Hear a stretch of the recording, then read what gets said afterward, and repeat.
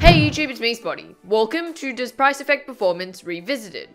Over a year ago, I put 4 cubes, differing in price, up against each other to see whether there was a relationship between the price of the puzzle and the times that I could achieve using them. I'd like to emphasize that the main point of the video was not to conduct an extremely accurate, valid, or reliable experiment, but instead to make an entertaining video that makes a point, which was of course that the price of the puzzle isn't going to drastically affect your times. There were many flaws to that video, but we're gonna do it again anyway. Alright, before we really get into it, the cubes that you're looking at here, going from cheapest to most expensive, the Fu Longyuan, the Cubing Classroom MF3 RS, the GuoGuan YueXiao Pro, Valk 3, Gan Air, GTS2 M, and finally the Gan Air SM. These cubes range from about $4 to $25 US, so let's see how they all stack up. Let's begin with round 1 and point 1. Actually, price does affect performance. Let me explain. I think that the more expensive cubes are better. My main is the most expensive cube in this race, the SM, and that's because the cube has a greater fluidity to solves, it's fast while still remaining controllable, and the stability is awesome. Some of the cheaper cubes may not match all those qualities, so to some extent price will affect performance.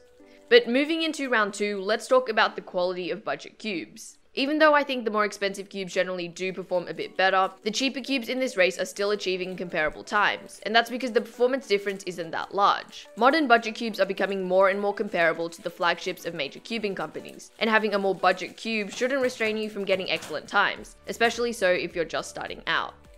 Round 3. The next thing that I think is really important to mention is that, in my opinion, the more you pay, the less value, at least performance-wise, you're getting from that puzzle. What I mean is, while the difference between a $10 and $20 cube may get you, for the sake of this example, let's say 50% more performance, so double the price, 50% more value, the difference between a $20 and $40 cube, which again is doubling the price, may only get you a 10% boost in performance. Starting round 4, I want to talk about the main thing that I think separates the good and the great performing puzzles right now. And hey, you guessed it, I think they're magnets. I really do think that magnets can add a lot to pretty much any 3x3, and while they are always more expensive, I think now they're what's adding the main performance benefits to puzzles. They're also becoming more affordable and accessible, so that's pretty fantastic.